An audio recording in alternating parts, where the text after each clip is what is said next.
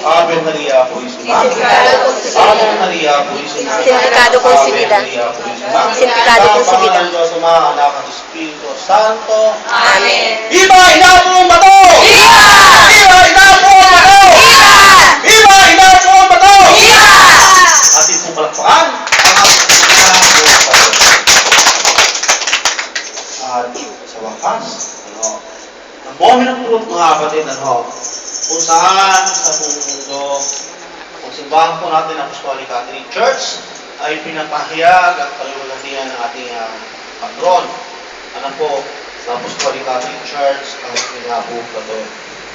Bagamat marami po sa atin na nalaman natin ang kanya pong history, kung paano siya pagkuhanin sa pusuho, si Didig, at ang kanyang mga mag-anak, sa tribo, sa isang bundok, sa ibabang bato, kung saan nagdalawang isip at nagduda, at nagdaan ng asawa, at ang figurin o ang rebulto na yun ay inyagi sa apoy. Na hindi naman nasunog. Kaya nga siya po ay tinawag na Inapong Bato sapagkat siya ay nakita sa ibabaw ng mga bato. At ito po mga kapatid ay nangyari po, ilang siglo na po ang kaharaan, doon po sa bayan ng Zambales, kung saan ang una pong Pilipino, mga unang Pilipino, the original Filipinos, ang pinakitaan ng ganitong bagay, ng ating mahal na Virgin Maria. Ay, long time ago, before the coming, ng mga Spaniards, doon po sa Pilipinas, sa ating bansa, ay meron na po talaga mga Kristiyano. Kaya kapag sa pag-aaral, base po sa mga dalang record, doon po sa India, hindi po sa Pilipinas, ay nagpag-alaman, na ang mga sinunod tao, hindi po lang mga Malays. Hindi po mga Indonesian, hindi mga Thailander, hindi tayo po mga Pilipino ay mula sa mga Ita. Pero want to be said, na pagkinig niya sa sarili na ako isang Ita. Ang dahil naman kasi ang skin natin ay brown, ang kulay natin buhok ay sa iba-ibang kulay. Unlike them, mga 4 feet ang height. Imagine ang bahag. Imagine yung gulot ang mga buhok. Maitim. So, bakit mga kapatid, ang Diyos po at ang mahal na Virgin Maria ay hindi pala namimili ng kulay. Nakikita nila sa kanilang mga puso, sa mga itag ito, ang pagkakaroon ng pananampalataya at paninindigan sa Diyos. Kaya nga po, tinakdaan ng Panginoon, na bago po magdumating ang pagiging Kristiyano at pagiging Katoliko ng bansang Pilipinas, ay pinauwi nila yung mga misyonero ng Apostol Tomas. Kaya 9 or 10 years AD, ay dumating na po ang mga alagad ng ating apostol, at sila po ang nagbigay sa mga katutubo ang Inapong Bato na ito. Kaya mga kapatid, kung tinan natin, bakit kaya gano'n ba sa Pilipinas? Kaya walang sariling record. Hindi naman po nakapagtataka yung mga kapatid kasi nung dumating po mga Kastila, ang mga record na itatabi sa mga library ng mga unang panahon na yun, ay kanilang sinunog. Tinanggal nila ang ating identity. Pinura nila sa pamamagitan ng pagsusunog. Na hindi naman nila nagawang mabulin hanggang sa India.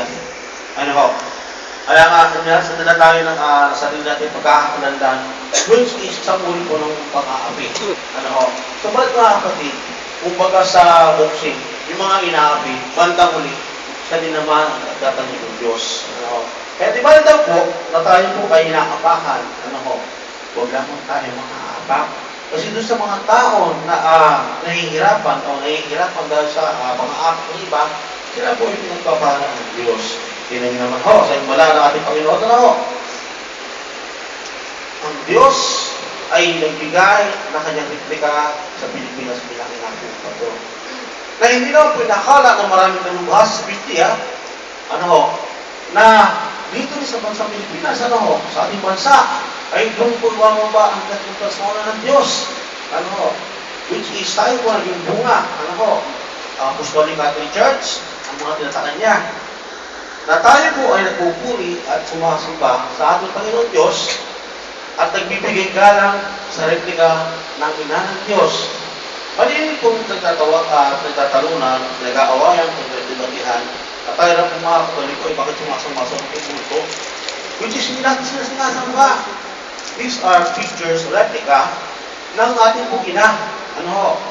Sabi nga po nila, pwede ka na mag-merityo sa ama, bakit ka padalalang sa ina? Sa isang pamilya, mga kapatid, is very busy and very simple. Hindi magkakaroon ng pamilya kung walang nanay. Hindi rin magkakaroon ng anak kung walang tatay. Bakit naman na puro lalaki ang nandoon sa isang pamilya at magkakaroon ng anak? Samantala, wala naman kami mga matris. Ano mo? Kaya hindi po pwede puro lalaki. Which is sa atin po, unang pagbasa, ay ating po napainggan kung paano ang sinalaysay, ang buhay ng Eva at Adan. Na ating po mga sinauna at unang mga magulang. So dito para mga kapatid, pinakikita ang importansya ng pagkakaroon ng pamilya. Para mabuhay sa pamilya, kailangan merong tatay at may nanay. Hindi po pwedeng magkaroon ng ilaw kung walang haligi. Ano po? At bilang magkakaroon ng kamukhang tatay ng kanyang anak na lalaki, kung wala talagang lalaki. Ano ho? So sa mga kapatid, sa kabuuan, yung pag-aaralan po natin, ang ating po mga kasaysayan, ng pagiging Kristiyano po natin, ay masalimuot. Maraming mga tanong na hindi natin halos mawari. Ano ba yung sagot? Kasi maraming mga record, ng ating po pananampalataya, ang nawawala. Kaya hindi nakapagtataka nagkaroon ng pagkakagulo. So balik mga kapatid, doon po sa gitna ng pagkakagulo, nandun palagi ang Diyos. Para sa buhay po natin, na tayo ay nagugulumihanan, problema tayo sa maraming bagay, Pero ang Diyos po ay hindi nagpapabaya sa atin. Ang Diyos ay hindi po tayo iniiwanan. So yung solusyon, laging ibinibigay. Kaya nga, kahit itatataka tayo sa ating buhay, sa mga dumating sa atin, subalit nakikita ng Diyos sa pamamagitan ng ating mga anak, ng ating mga magulang, ng ating mga kaibigan, ang sagot sa ating mga tanungan. Kaya nga po, papansinin niyo po natin, ano ba ang mas mainam? Ikaw yung sa pedestal ng nakatataas, subalit nakakabuso naman ang kanyang kapangyarihan, o doon ka sa baba, kung saan dinadakila ka naman ng Diyos.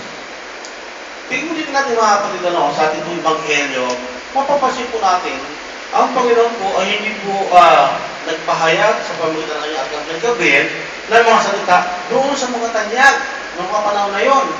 Doon po siya nagpahayag doon sa mga aba. Alam niyo po mga kapatid, dahil po sa pag-aaral bago po natagpuan ng Diyos ang Mama Mary, marami ng mga babae ang tinignan, subukan, para maging karapat-dapat na maging ina ng Diyos. Marami po ang nabigo. Subalit na dumating po sa pagkakataon ng ating Inang Maria, ang siya po tinubok, napagtagumpayan niya po yun. Sapagkat ang nangyari nito mga kapatid, mapapansin po natin sa history, si Mama Mary ay hindi po mura sa pagsasama ng isang lalaki at isang babae. Ang ating ina ay mula po sa isang bulaklak o nahulog mula doon sa pananalain ng San Joaquin, doon po sa loob ng templo, na ibinigay niya sa isang daanan ng Mama Mary para pumasok sa kanyang bibig. At doon nagsimula ang paglintik, ang pagbubuntis ng Santa Ana. Kaya po ang biyaya at hiwaga ng Diyos sa mga kapatid, kung aharapin natin, ay totoong matalinhaga. So, nasabi po na ating Panginoon, sasabi natin Ebanghelyo ngayon, madali namang umawain. Dapat simple naman sinabi ng ating Virgin Maria, sa kanya po ulit salita, narito ang lingkod ng Panginoon, maganap nawa sa akin ay sa wika. Kung paano binibigay niya ang kanyang sarili ng mga kapatid, at dahil yung tuturuan sa pagkakataon ito, na matutunitang ibigayan natin sarili. Hindi naman matutularan natin ang Virgin Maria sa uli ng pagsunod, sa taas ng pananampalataya. Subalit mga kapatid, ito po yung ginagawang daan, pamamaraan, para tayo din magkaroon ng inspirasyon, na tayo din sabihin sa sarili natin, Panginoon, kahit tayo ko, kahit matigas ang ulo mo, kahit pasaway ang Panginoon, subalit dahil ikaw ang sasalita, ikaw ang tumatawag sa akin, kahit tutol ako, pero susunod ako. Alam niyo mga kapatid, Kung ang kapwa natin na mangungusap sa atin, malamang magkakaroon tayo ng bangayan sa isang sitwasyon, sa isang pag-uusap. So, bakit pala ang Diyos ang hahaplos sa puso natin? Kahit galit na galit ka na, at kahit na ayaw na sa mundong ito, mababago ang iyong damdamin sapagat hahapusin na ito ng may pagmamahal. Hahapusin niya ang ating puso ng may pag-ibig, na may kapayapaan, ng stability. Bakit po kaya mga kapatid? Kasi po, ang Diyos na ito na nagpapala po sa atin ay lagi po nakasubaybay po sa atin. Kung ito po natin mapapagyan, very mystical ang kapanganakan ng ating Ina Maria. At ganyan din naman sa ating pananampalataya, mystical din. Kung saan nagpahayag ng ating mahalaingkong Espiritu Santo sa ating patriarka sa loob ng seminaryo, na hindi niya nagkala sa dinami-dami ng seminarista sa buong mundo, sa dinami-dami ng mga reliyosong tao sa buong mundo, bakit sa kanya pa? Ngayon, sinabi ng mga Mary, maganap sa akin, ayon sa iyong kalooban, ay sinabi na natin, patriarka. Kaya kung mga kapatid, ang pagsusuko ng sarili sa Diyos ay isang napakagandang hakbang at gawain. Na kahit na maraming mga pagsubok sa buhay mo, subalit kung matutunan tayo nang isurrender ang ating sarili sa Diyos, hayaan natin siya ang maglilid ng daan. Hayaan natin siya na siya pagpusang magdala sa atin kung saan tayo nararapat. Minsan po may mga bagay sa sarili natin na gusto natin gawin, gusto natin marating. So, hindi pala yun ang ating destiny. Halimbawa na lang po. Pangarap ko nung bata ko, sana makarating ako ng makasakay na aeroplano. Sana makapalibutan ko sa buong bansa. Sana makita ko ng iba't ibang mga pagmumukha ng mga tao. At pakilala sila. At manuwal at pagtutunan ng tradisyon ay ang kanilang pag-uugali. Pero hindi ko pangarap maging pare.